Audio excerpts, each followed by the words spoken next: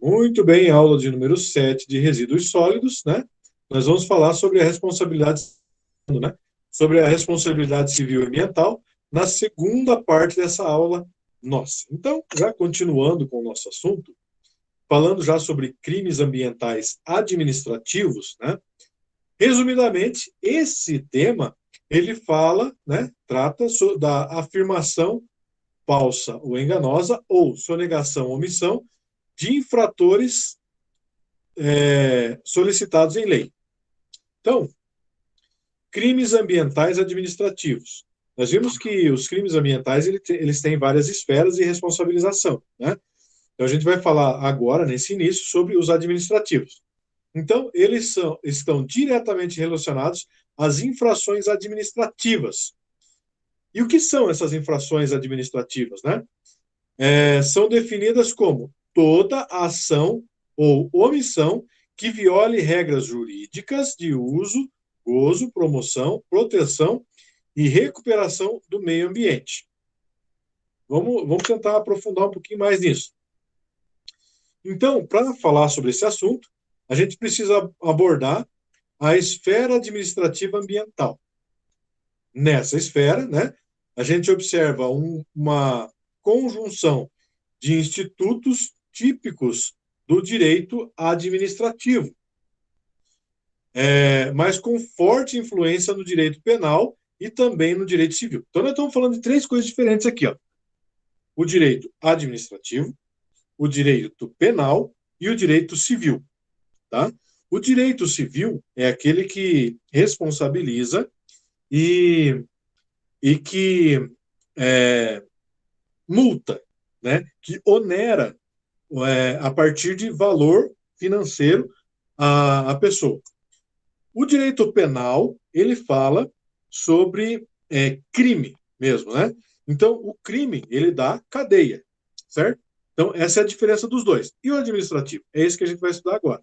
Então, a característica da responsabilidade administrativa é de que, na sua análise, se opera na esfera da própria administração e não no poder judiciário, tá? Como as demais. Então, tanto o direito civil quanto o direito penal, eles são julgados pelo poder judiciário, tá? É um tribunal, né? Que um juiz. Tá, alguém me mandou uma mensagem ali, depois eu respondo. Um juiz, advogado, sabe? Um júri mesmo, né? Já na esfera administrativa, não são esses que fazem os julgamentos, né?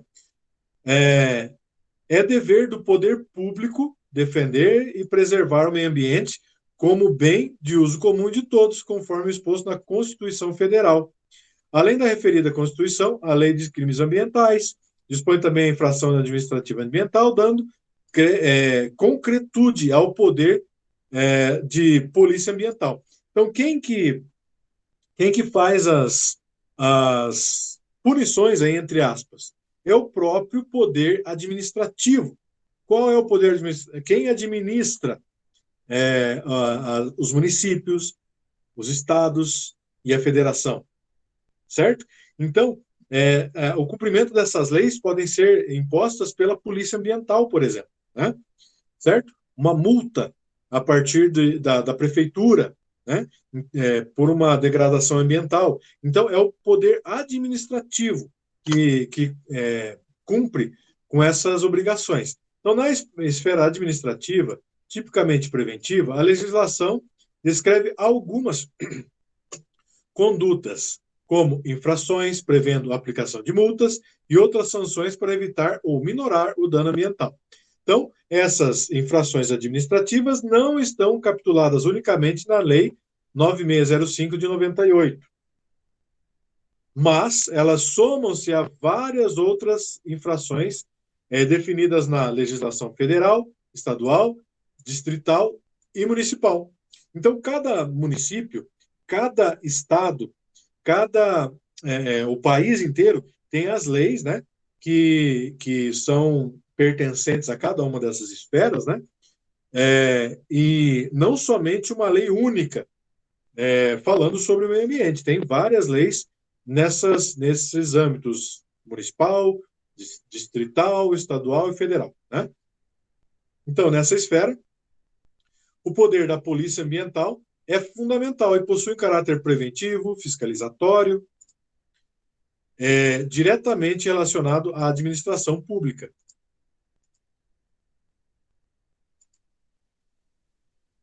Só um minutinho. Beleza. Bom, então, são discriminadas em lei e podem ser aplicadas as seguintes sanções administrativas. Então, vamos ver como que pode essa administração pública responsabilizar alguém. Primeiro, com uma advertência. Tranquilo, né? Adverte o cidadão que não pode fazer aquilo. Segundo, multa simples. Terceiro, multa diária. Ah, não reparou? Multa de novo. Não reparou? Multa de novo. E a multa ela vai se acumulando diariamente. Apreensão, no caso de animais, produtos, subprodutos, flora, fauna, instrumentos, petrechos, equipamentos, veículos que estão sendo utilizados nessa infração. Um barco, por exemplo, que está sendo usado para uma pesca ilegal, né? Ele pode ser recolhido, né? Apreendido. Destruição ou inutilização do produto, né? Alguém está utilizando lá uma ferramenta para corte ilegal de madeira, né? Então, pode danificar aquilo lá, sei lá, estou inventando agora. Suspensão de venda ou fabricação do produto. O cara utiliza do meio ambiente ilegalmente, confecciona alguma coisa e vende, né? Então, a suspensão da venda e também da fabricação. O embargo de obra ou de atividade, demolição da obra, em casos bem extremos já aqui, né? Suspensão parcial ou total das atividades, né? Por exemplo, na construção civil, né? Pelo menos deveria existir um órgão fiscalizador, né, da prefeitura para poder observar edificações que estão sendo feitas fora da legalidade, né, e aplicar tudo isso daqui, multa, advertência, até embargo da obra e tudo mais, né, e também restritiva de direitos, né, por exemplo, o cara não tem carteira de dirigir e é apreendido a carteira dele. Restringir o direito dele, né? De participar dessa atividade no ambiente que ele vive, tá? Bom, com as finalidades de exemplificação, vamos detalhar agora 4 entre 10 sanções possíveis, daquelas que a gente viu ali atrás, né? A advertência será aplicada no caso de um infrator por inobservância da lei ou regulamento, deixar de sanar irregularidades apurado pelo órgão fiscalizador. Só levou uma advertência. Multa diária será aplicada sempre com o cometimento da infração se prolongar no tempo até sua efetiva cessação ou regularização, né? É aquilo que eu comentei ali atrás. A apreensão dos animais, produtos e tudo mais, né? Os animais serão devolvidos ao seu habitat. Os produtos, subprodutos, veículos serão avaliados e doados a entidades de caridade, por exemplo, né? A suspensão parcial ou total de atividades. O órgão fiscalizador poderá determinar suspensão total ou parcial das atividades, caso constate alguma irregularidade ou descumprimento de normas ambientais relevantes. Por exemplo, o cara está fazendo uma edificação, né? E está poluindo o ambiente com resíduo sólido, né? Da própria construção, resíduos da construção civil, né? Jogando na rua, por exemplo. Isso acontece por aí. Então, ele pode levar essas advertências aqui, né? A advertência, multa e até suspensão da obra devido ao não cumprimento da legislação ambiental, né? Bom, tais sanções são obrigatórias para a União, podendo os estados e municípios acrescentarem outras que julgarem convenientes. Além disso, elas poderão ser aplicadas cumulativamente ao infrator. Ah, ele foi multado, mas continua fazendo a mesma coisa. Ele acumula uma segunda multa, e assim por diante, né? Bom, quando uma sanção administrativa é aplicada, o que se pretende com isso é tanto despertar em quem sofreu um estímulo para que não reincida, não cometa novamente, né, o mesmo ato ilícito, o mesmo quebra de lei, né, quanto o cumprimento de uma função exemplar na sociedade. Né? Adicionalmente, é importante ressaltar que a sanção deve ser adequada, necessária e proporcional à gravidade da infração cometida. Né? O cara é igual no carteiro motorista, né? Dependendo da infração, ele é leve, média, grave ou gravíssima, né? Então, nas ambientais também. Então, o cara, por exemplo, só jogou a garrafa fora, né? Na minha concepção, já tinha que ser multado ali, né? Mas não é uma multa de 50 mil reais também, né? Eu acho que uma advertência, fazer ele catar o que ele jogou, talvez fosse suficiente já, né? E perto de todo mundo, vou passar vergonha mesmo, né? Bom, exemplo. A liberação de um óleo de combustível no solo, em um corpo de água, um riozinho. Em razão do tombamento de um caminhão transportador no curso da rodovia, com ruptura do tanque. Então, um caminhão de combustível tombou e rompeu o tanque. É um exemplo que eu dei na aula anterior, inclusive, né? E está vazando o óleo lá no córrego, né?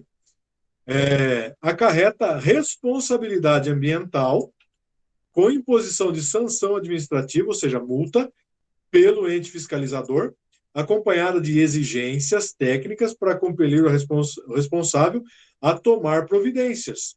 Então, quem é o responsável? O caminhão, ele não é da população, né? O caminhão é de alguém. Alguém é o dono dele. Então, esse dono, a partir do momento que ele começa a transitar com esse veículo, ele já sabe, né, que ele está correndo risco de tombamento e de tudo mais. Então, ele sabe que ele tem que, se acontecer alguma coisa, ele tem que tomar providência. Então, ele já tem que se prevenir com relação a isso. Né? Então, corrigir os danos, que é o derramamento de óleo, que acaba por atingir o corpo d'água, ocasionando mortalidade de peixes, pode levar a propositura de ação civil pública, visando condenação do responsável ao custeio de medidas tendentes à recuperação do meio ambiente e pagamento de indenização pelos eventuais danos irreparáveis causados ao meio ambiente. Tá? Então, como eu falei, o caminhão de quem que é? É da população? Então, não é justo que a população pague por isso. Né? É justo que o responsável legal por aquele incidente que se responsabilize e recolhe o caminhão e limpe tudo por ali e tudo mais. Né? Pelo menos isso é o que rege a lei. Né? O processo administrativo ambiental pode ser iniciado mediante a representação de qualquer pessoa ou pela atuação de ofício por parte da autoridade competente, ou seja, denúncia ou pelas próprias autoridades. Né? Ele usualmente se desenvolve da seguinte maneira: a instauração de procedimento pelo auto de infração, a defesa técnica, a colheita de provas, se for o caso, a decisão administrativa e, eventualmente, o recurso. Então, é o passo a passo que corre um processo nesse sentido. Né? Em suma, concluímos que responsabilidade administrativa se fundamenta na capacidade que as pessoas jurídicas de direito público de impor condutas aos administrativos, sendo que o poder da Polícia Ambiental é conferido ao Estado, que é aquilo que a gente falou, né? Administrativamente é o Estado que sanciona essas punições aí, por força do dispositivo constitucional. Essa esfera, assim como a civil, é fundamental para compor um cenário cujas medidas para preservar e proteger sejam efetivas e se cumpra o devido papel perante a sociedade. Lógico, né? Se não existissem leis, não seriam quebradas leis, né? Então, cada um faria seus próprios caminhos, visando é, suas próprias considerações ali, né? Seus próprios pensamentos. Então, é importante que existam as leis para que, se alguém quebrar essas leis, né, elas sofram punições porque elas estão prejudicando outras pessoas, né? A partir do exposto, você pode perceber que o Brasil deu importantes passos na criação de normas protetoras do meio ambiente, buscando sempre soluções mais adequadas e eficazes na prevenção e reparação dos danos ambientais, né? Hoje, nós temos leis muito mais rígidas, muito mais elaboradas, né? E muito mais eficazes com relação ao meio ambiente. Os conceitos de poluição, dano ambiental e crime ambiental são complexos e similares, mas é importante compreender as diferenças, né? Como a gente já viu ali atrás. Adicionalmente, o conhecimento mínimo da legislação vigente, nós temos que saber, né? Eu não sabia que não podia jogar uma garrafinha d'água no chão, na rua, né? Não dá para acreditar, né? Aliado à boa conduta administrativa, que é o dever de todo cidadão, né? Se comportar bem perante a sociedade, pode evitar uma série de problemas legais no âmbito ambiental. Beleza, pessoal?